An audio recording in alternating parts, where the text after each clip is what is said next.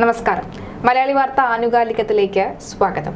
വിജയ് മല്യയെ തന്ന സ്വർണമൊന്നും കാണാനില്ല, അറിയുന്നുണ്ടോ? ഹൈക്കോടതി കൃത്യമായ രേഖകൾ ചോദിച്ചിട്ടുണ്ട്, SITയും ചോദിച്ചിട്ടുണ്ട്. രേഖകൾ കൊടുക്കാത്ത ഉദ്യോഗസ്ഥർക്കെതിരെ കൃത്യമായ നടപടി സ്വീകരിക്കുമെന്ന് പറഞ്ഞിട്ടും പ്രത്യേകിച്ച് കുലുക്കമൊന്നുമില്ല ആർക്കും.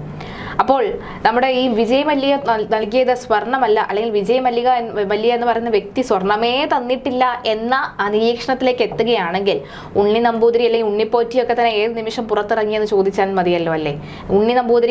ഉണ്ണിപ്പോറ്റിയെ പുറത്തിറക്കാൻ നടത്തുന്ന ഈ പൊറാട്ട് നാടകങ്ങളൊക്കെ തന്നെ എത്ര കാലത്ത് നിലനിൽക്കുമെന്ന് നമുക്ക് മനസ്സിലാക്കാൻ സാധിക്കും. ഉണ്ണിപ്പോറ്റിയല്ല, സർക്കാരിന്റെ ഉണ്ണിക്കുട്ടൻ എന്ന് തന്നെ പറയേണ്ടിയിരിക്കുന്നു.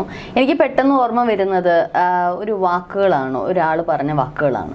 ഇത് സ്വാമിക്കുള്ള പൊന്നാണ് സാർ, 24 ക്യാരറ്റ് തനിത്തങ്കം.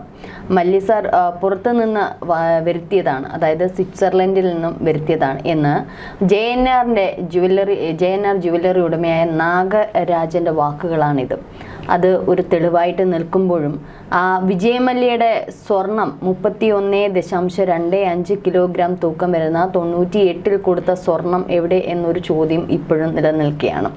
തനിത്തങ്കം എന്ന് പറയുമ്പോൾ അത് സ്വിറ്റ്സർലൻഡിൽ നിന്ന് കൊണ്ടുവന്നതാണ്. 53 ശില്പികൾ ചേർന്ന്, ഈ നാഗരാജൻ ഉൾപ്പെടെ 53 ശില്പികൾ ചേർന്ന് അന്ന് ദേവസ്വം മരാമത്തിൻ്റെ കോംപ്ലക്സിലാണ് ഇതിൻ്റെ പണികളൊക്കെ പൂർത്തീകരിച്ചത്.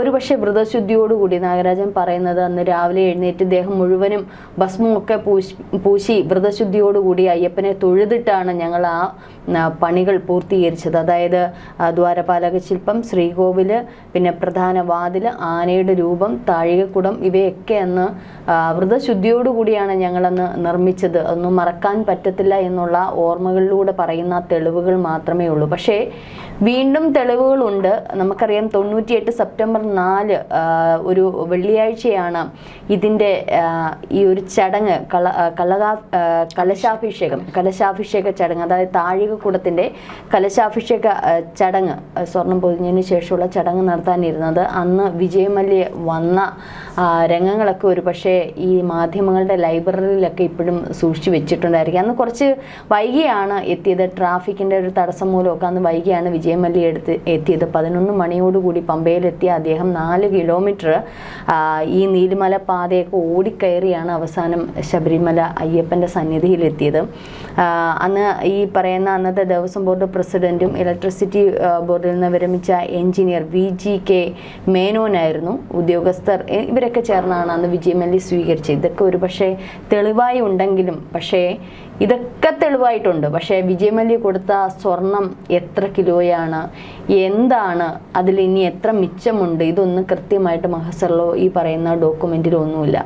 ഹൈക്കോടതി പല രീതിയിൽ പറഞ്ഞു, മര്യാദയ്ക്ക് ഇതിൻ്റെ ഡോക്യുമെൻറ്റ്സ് കൊടുക്ക് എന്ന് പറഞ്ഞിട്ട് കൂടി, ഭീഷണിപ്പെടുത്തിയിട്ട് പോലും ഉദ്യോഗസ്ഥർ കൊടുത്തില്ല. ഇന്നലെ വാസവൻ എന്തൊക്കെയോ കുറച്ച് പേപ്പറുകളൊക്കെ ആയിട്ട് ഇന്ന് പുലിവാല് പിടിച്ച പോലെ, എന്താ വാലിനകത്ത് തീ പിടിച്ച പോലെയാണ് ഇന്ന് പാഞ്ഞിരിക്കുന്നത് SITയുടെ മുന്നിലേക്ക്. പക്ഷെ കൃത്യമായ തെളിവുകൾ 98-ൽ ഇല്ല എന്നുള്ളതാണ്. 2019 മുതലുള്ളത് എന്തൊക്കെയോ എടുത്ത് ആട്ടിക്കുട്ടി പോകുന്നു എന്നല്ലാതെ കൃത്യമായിട്ട് വിജയ് മല്യ കൊടുത്തതിൻ്റെ തെളിവുകളില്ല. ആ തെളിവുകൾ എങ്ങോട്ട് പോയി? ഇങ്ങനെയാണെങ്കിൽ ആ തെളിവുകൾ ഇല്ലാത്തത്, ഇപ്പോൾ വിജയ് മല്യ എവിടെയാണ്?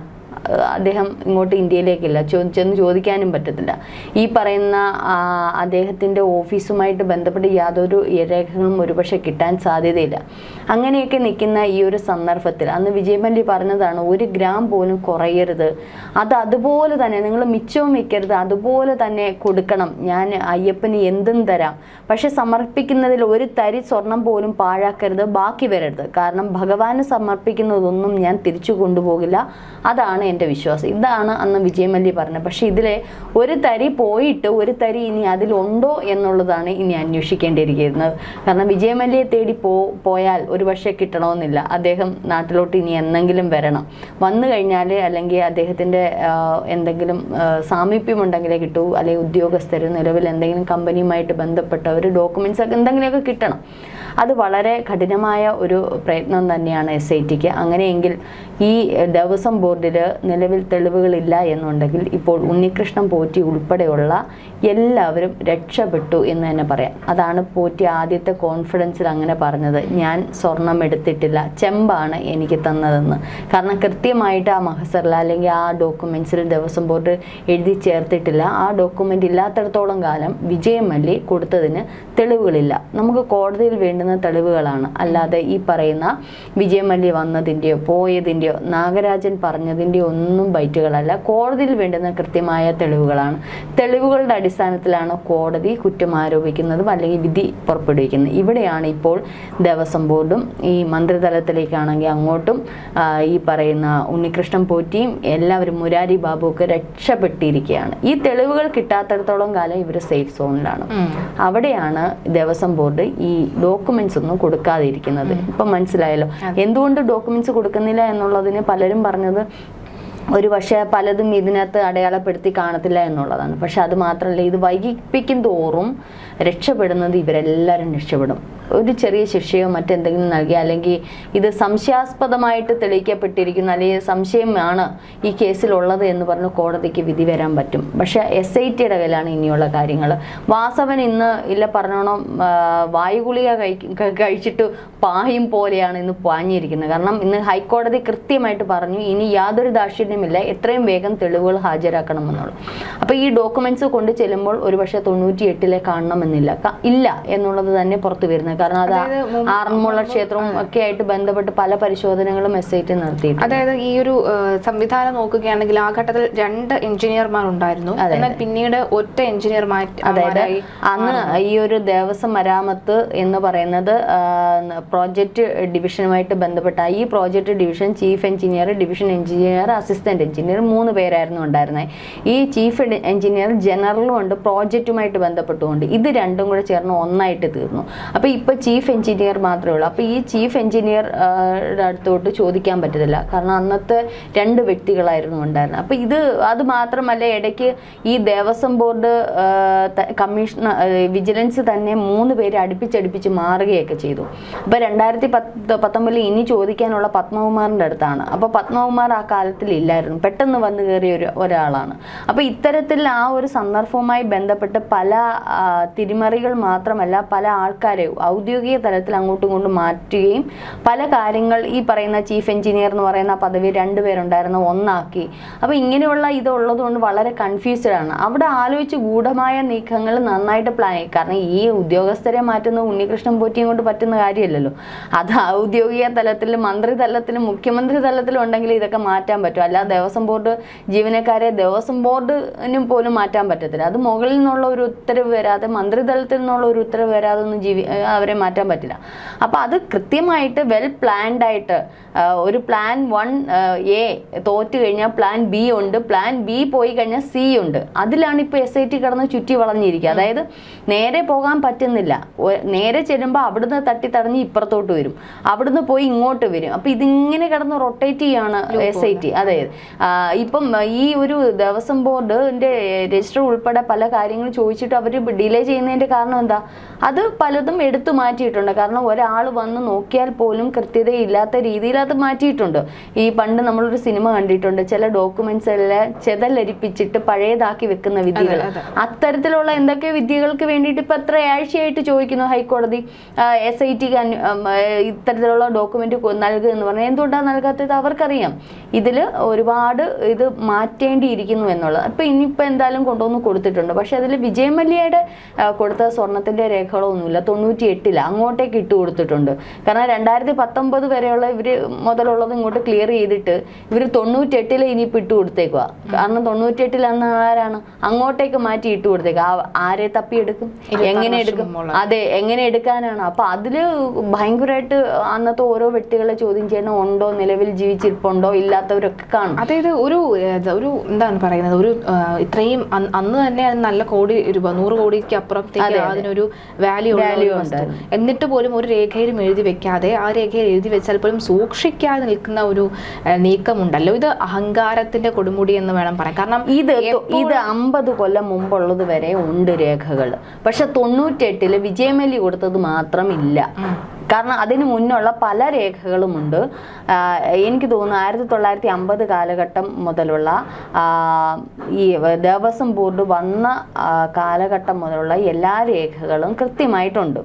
കരുണാകരനെയൊക്കെ ഭരിച്ചിരുന്ന കാലത്താണ് 18ാം പടിയുടെ നിർമ്മാണമൊക്കെ, ഇതെല്ലാം ബന്ധപ്പെട്ട രേഖകളെല്ലാം ഉണ്ട്. പക്ഷേ ഈ വിജയമല്യയുടെ മാത്രം രേഖകൾ മിസ്സായിരിക്കുകയാണ്.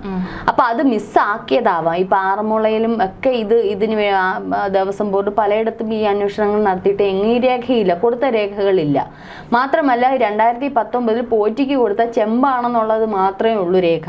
അപ്പൊ അതിന് മുന്നിൽ സ്വർണം പൂശിയതാണെന്നോ അല്ലെങ്കിൽ സ്വർണ്ണ പാളിയാണെന്നോ ഒന്നുമില്ല. ഇത് ഈ പുരാതന കാലത്തുള്ള രീതി അനുസരിച്ചാണ് ഇതിനകത്ത് ഈ സ്വർണം ഇവർ പതിപ്പിച്ചിരിക്കുന്നത്. നമ്മൾ സ്വർണം പൂശുകയല്ല, ഇതിനകത്ത് ഇത് ചെയ്യല്ലേ, പ്ലേറ്റിംഗ് അല്ല നടത്തിയത്. അന്നത്തെ കാലത്ത് ഈ കുതിരയുടെ എന്തിന്റെയൊക്കെ തോലുപയോഗിച്ച് ഒട്ടകത്തിന്റെ തോലുപയോഗിച്ച് ബുക്ക് ഉണ്ടാക്കി ആ ബുക്കിനകത്ത് 5000 തവണ ഇത് വെച്ച് അടിച്ച്, അതായത് ഈ സ്വർണം 26 ഗ്രാം, ഒരു ചെറിയ ഉദാഹരണം പറഞ്ഞു, ഒരു ബുക്കിൻ്റെ ഇതിനകത്ത് 26 ഗ്രാം സ്വർണം വെച്ചിട്ട് ആ പ്ലേറ്റ് വെച്ച് അടിച്ച് 5000 തവണ ഇട്ട് അടിച്ച് അത് പേപ്പറിനേക്കാളും വളരെ മൃദുവാക്കിയിട്ട് അതാണ് ഈ പറയുന്ന ഇതിലേക്ക് മെർക്കുറിയിലാണ് ഇത് പിടിപ്പിച്ചിരിക്കുന്നത്. അത് ഇത് മിക്സിങ് അല്ല, ചെമ്പും സ്വർണവും കൂടെ ഉള്ള മിക്സിങ് അല്ല, ഇത് പ്ലേറ്റഡ് ആയിട്ടുള്ള സംഗതിയാണ്. അപ്പോൾ അത്രയും 31 കിലോയിൽ പുറത്തുള്ള ഈ സ്വർണം എല്ലാത്തിനകത്തും പതിപ്പിച്ചപ്പോൾ തന്നെ പിന്നീട് അതിനകത്ത് എങ്ങനെയാണ്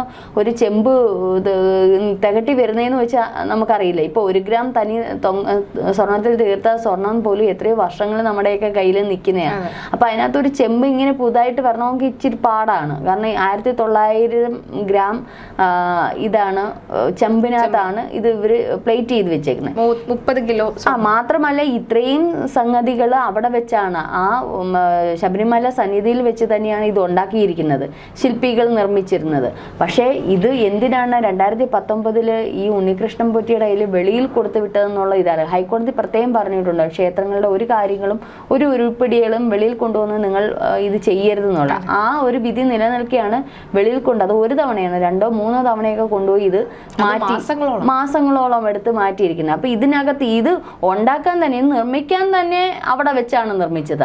അങ്ങനെയുള്ള ഒരു കാര്യം എന്തിനാണ് ഇപ്പോഴത്തെ സാങ്കേതിക വിദ്യകളൊക്കെ വലിയ രീതിയിലുള്ള ഈ സന്ദർഭത്തിൽ പുറത്തേക്ക് കൊണ്ടുപോകേണ്ട കാര്യമില്ല. ഇത് കൃത്യമായിട്ട് 2019 ചേർന്നുള്ള പരിപാടികളാണ്.